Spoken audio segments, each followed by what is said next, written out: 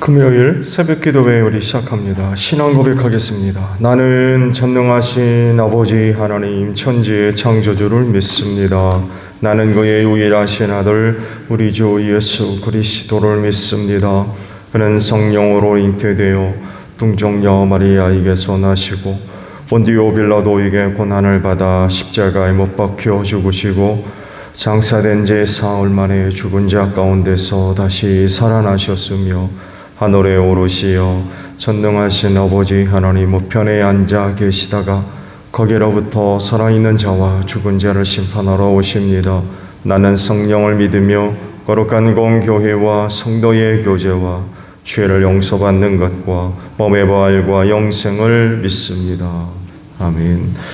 찬송가 351장 우리 부르시고 말씀을 보죠. 351장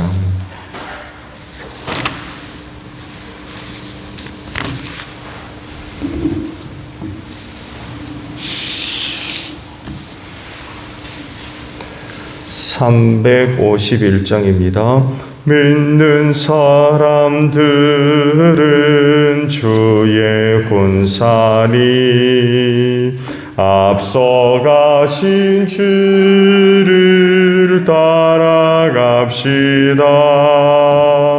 우리 대장 예수 길을 들고서 적절하는 곳에 가신 것 보라.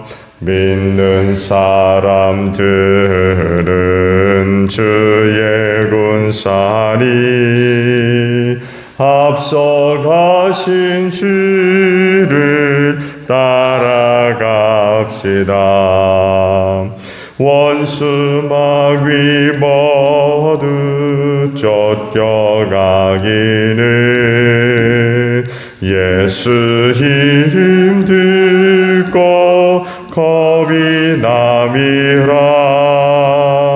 우리 찬송 듣고 지옥 떨리니 형제들아 주를 찬송합시다. 믿는 사람들은 주의 군사리 앞서가신 주를 따라갑시다. 세상 나라들은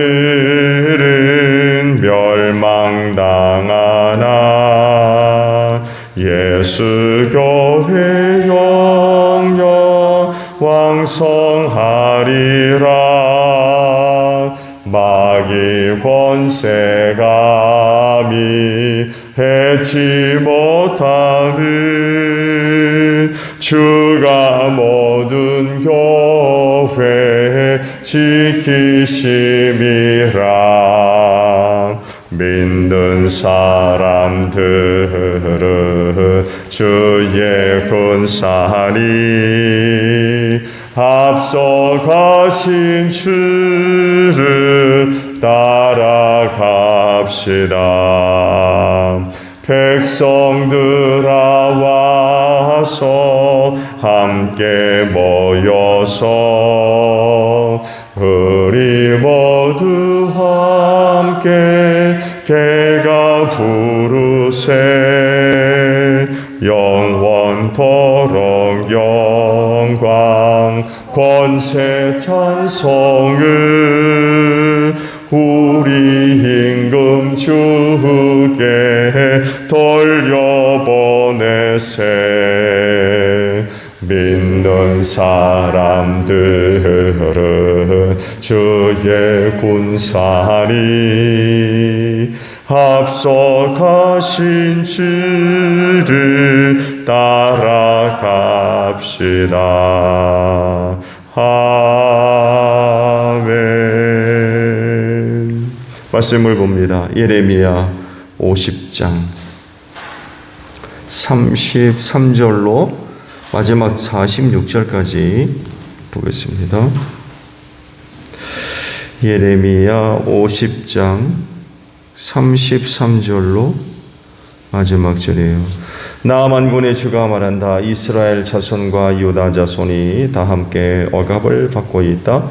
그들을 포로로 잡아간 자들이 모두 그들을 단단히 붙잡아두고 보내주기를 거절하였다. 그러나 그들의 구원자는 강하니 그 이름은 만군의 주다. 내가 반드시 그들의 탄원을 들어주어서 이 땅에 평화를 주고 바벨로니아 주민에게는 소란이 일게 하겠다.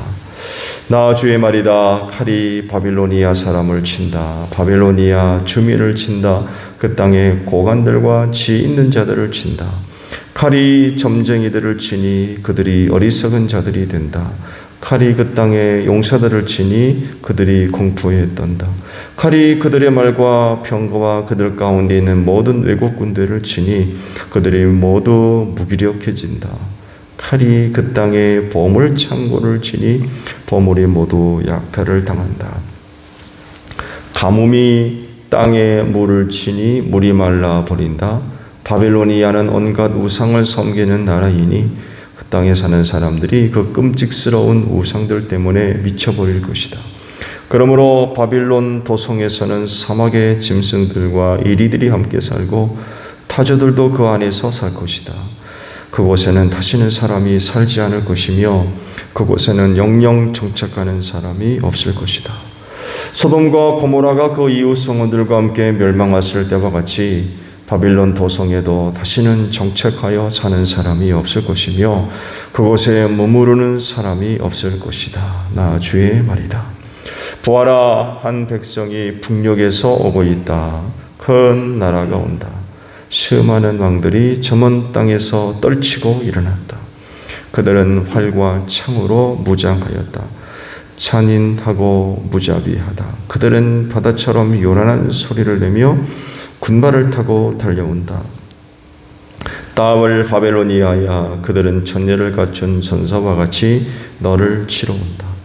바벨로니아 왕이 그 소식을 듣고 투팔에 맥이 풀린다. 해산에 진통을 하는 여인처럼 불안으로 괴로워한다. 사자가 요단강가의 숲속에서 뛰쳐나와서 푸른 목장으로 달려들듯이 나도 갑자기 바벨로니아로 달려들어서 그 주민을 몰아내고 내가 택한 지도자를 그곳에 세우겠다. 나와 같은 자가 누구며 나로 더불어 다툴 자가 누구며 나에게 맞설 목자가 누구냐. 그러므로 너희는 나 주가 바벨론 도성을 두고 세운 계획을 듣고 바벨로니아 사람들의 땅을 두고 생각한 나의 구상을 들어보아라. 양떼 가운데서 아주 어린 것들까지 끌려갈 것이니 온 목장이 황무지가 될 것이다. 바빌론 도성이 함락되는 소리가 땅을 흔들고 그들의 소리가 세계 만민에게 들릴 것이다. 아멘. 오늘 아침에는요 33절에 있는 말씀을 함께 나눕니다. 말씀을 다시 보면 나 만군의 주가 말한다. 이스라엘 자손과 유다 자손이 다 함께 억압을 받고 있다. 그들을 포로로 잡아간 자들이 모두 그들을 단단히 붙잡아두고 보내주기를 거절하였다. 라는 말씀. 이스라엘의 그 역사를 들여다보게 되면 정말 많은 민족적 위기가 있었다는 것을 발견하게 되죠. 오랜 과거로부터 시작해서 현대에 이르기까지 정말 많은 고난을 겪었죠.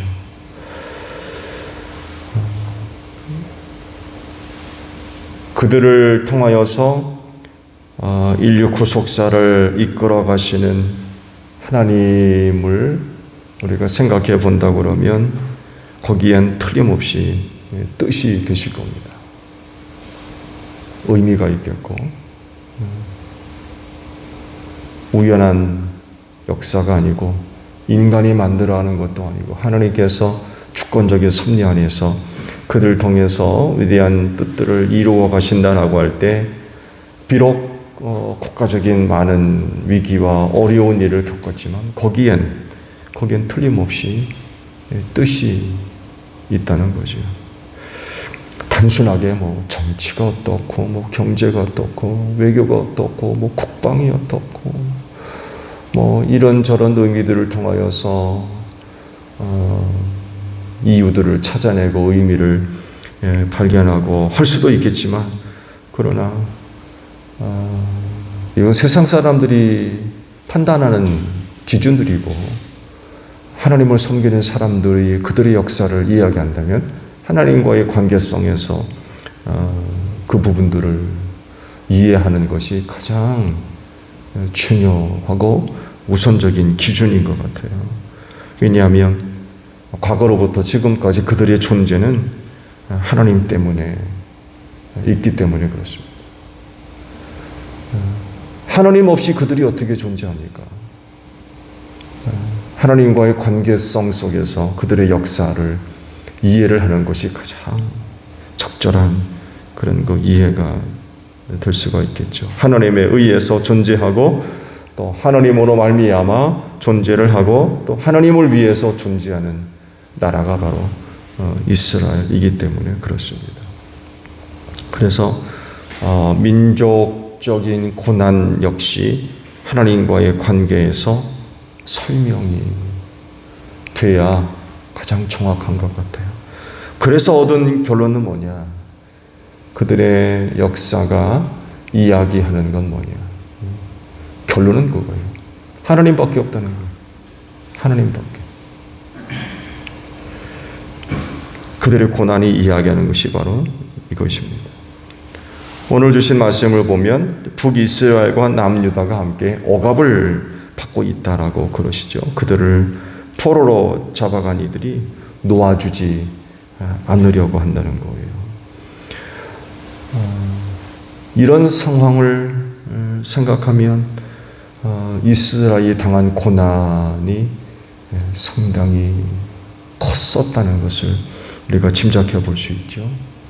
그들을 보내지 않으려고 그들을 억압했다, 단단히 붙들어 두었다라고 하는 건 그만큼 고난이 컸다는 얘기죠. 좋은 일을 이집트에서 430년간 종살이했던 것이 좋은 증거가 되죠.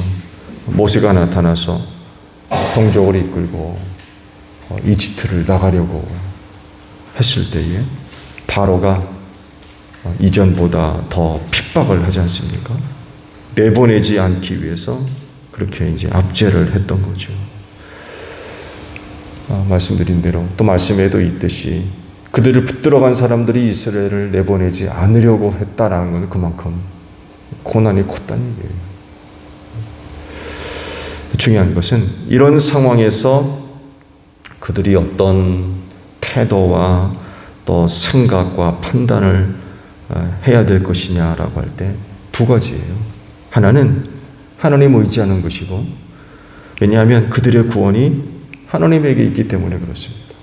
다른 하나는 그런 일들로 인하여 원망하고 불평하고 불신앙으로 빠져가는 것입니다. 34절을 보게 되면 놀라운 말씀을 하지요. 그러나 그들의 구원자는 강하니 그 이름은 만군의 주다 라는 말씀을 하세요. 아무리 고난과 환난 그리고 시험과 핍박이 크다 할지라도 그것보다도 훨씬 더 강한 이가 바로 하나님이시라는 거죠.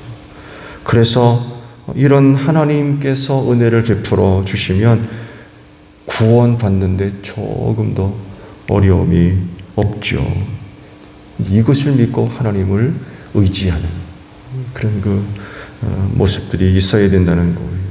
고난 속에서도 흔들리지 않고 그 하나님, 강하신 하나님을 끝까지 믿고 의지하고 따르는 그런 그 모습들이 필요하다는 거예요. 이런 하나님을, 강하신 하나님을 믿지 못하면 그런 어려운 자리에서 원망하고 불평하고 오히려 불신하는 이런 상황으로 나가겠죠. 그렇지만 그럼에도 불구하고 강하신 하나님을 끝까지 믿고 의지하면 결국 그 하나님이 그들을 구원해 주신다는 것. 이게 이스라엘의 역사가 오늘 우리에게 보여주고 있는 그런 그 내용들이라는 것. 결국 하나님이라는 것입니다. 결국 하나님밖에 없다. 그리고 실제로 그런 그 모습이 보여졌죠. 많은 위기 속에서 구원을 받았죠. 이스라엘의 역사가 바로 이걸 얘기해요. 많은 그런 그 고난이 있었지만 결국 구원받았어요. 강하신 하나님이 그들을 도와주시고 또 지켜주셨기 때문에 결국에는 그 하나님으로 인하여 그들이 구원을 받을 수 있었다는 것입니다. 정말 그런 놀라운 일들을 통하여서 또 상상할 수도 없는 그런 그 어떤 방법들을 통해서 이스라엘을 구원하셨죠. 우리 말세 그리스도인들의 구원도 바로 여기에 있는 줄로 믿습니다. 하나님밖에 없어요. 하나님밖에. 세상 어디로 간들 안전하겠습니까? 세상 어느 누가 우리에게 구원을 주겠습니까? 없어요. 세상 어디도 안전할 수 없어요. 세상 어느 누구 우리에게 구원을 줄 자가 없어요. 훌륭한 대통령이요? 돈 많은 부자요? 뛰어난 어떤 인재들입니까? 창세 때 네피림이라는 사람들이 있었다고 그러죠? 하나님의 아들들과 사람의 딸들 사이에 태어난 네피림. 네피림 같은 사람들이 우리에게 구원을 주겠습니까? 그렇지 않습니다. 그리스도인의 구원은 하나님에게서 나오는 줄로 믿습니다. 왜냐하면 그분은 누구보다도 또 무엇보다도 강한 분이기 때문에 그래요. 하나님은 강하신 분. 그런 분이기 때문에 예수님을 죽음에서 살려내셨어요. 십자가에서 죽었지만 사흘 만에 다시 살려내셨고 예수님도 죽은 나사로를 다시 살려내셨죠. 이걸 우리에게 이야기하는 건 바로 우리 하나님이 강한 하나님이라는 것입니다. 이렇듯 하나님은 강한 분이세요. 이 세상에서 죽음만큼 강한 게 어디 있습니까? 어떤 사람도 이걸 이긴 일이 없거든요. 근데 하나님은 그런 것까지도 이기시는 강한 분이라는 거예요. 세상에 어떤 것도 무엇도 이 강하신 하나님은 절대로 이길 수 없어요. 그래서 그런 하나님을 의지하는 자, 또 그런 하나님을 믿는 자들에게 구원의 은혜가 임하는 줄로 믿습니다. 그리스도인의 희망이 바로 여기에 있어요. 하나님께, 강하신 하나님께 희망을 둬야지 다른 어떤 것, 누구, 무엇에 희망을 두면 구원받을 수 없어요.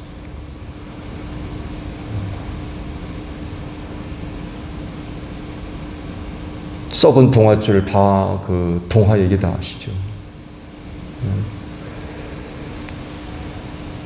어떤 줄을 잡느냐? 생명줄을 잡아야 돼. 하나님으로부터 내려오는 생명줄을 잡아야지. 그 입에 다른 줄들은 다 표면적으로 보게 되면 뭐 튼튼해 보이고 예뻐 보이고 그래 보이다 할지라도 생명줄은 하나님에게로부터만 옵니다.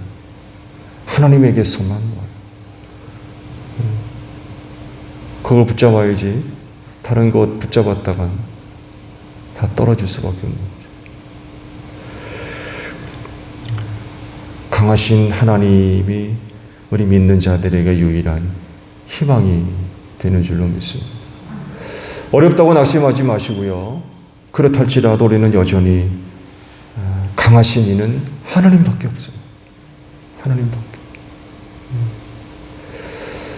이스라엘의 역사 속에서 바로 이런 걸 우리에게 교훈을 주고 있어요. 오늘 하루도 강하신 하나님을 끝까지 의지하고 믿는 가운데 구원함을 얻는 여러분들이 되시기를 바랍니다. 주기도문 하겠습니다. 하늘에 계신 우리 아버지의 이름을 거룩하게 하시며 아버지의 나라가 오게 하시며 아버지의 뜻이 하늘에서와 같이 땅에서도 이루어지게 하소서. 오늘 우리에게 일용할 양식을 주시고 우리가 우리에게 잘못한 사람을 용서하여 준 것 같이 우리 죄를 용서하여 주시고 우리를 시험에 빠지지 않게 하시고 악에서 구하소서. 나라와 권능과 영광이 영원히 아버지의 것입니다. 아멘. 기도하겠습니다.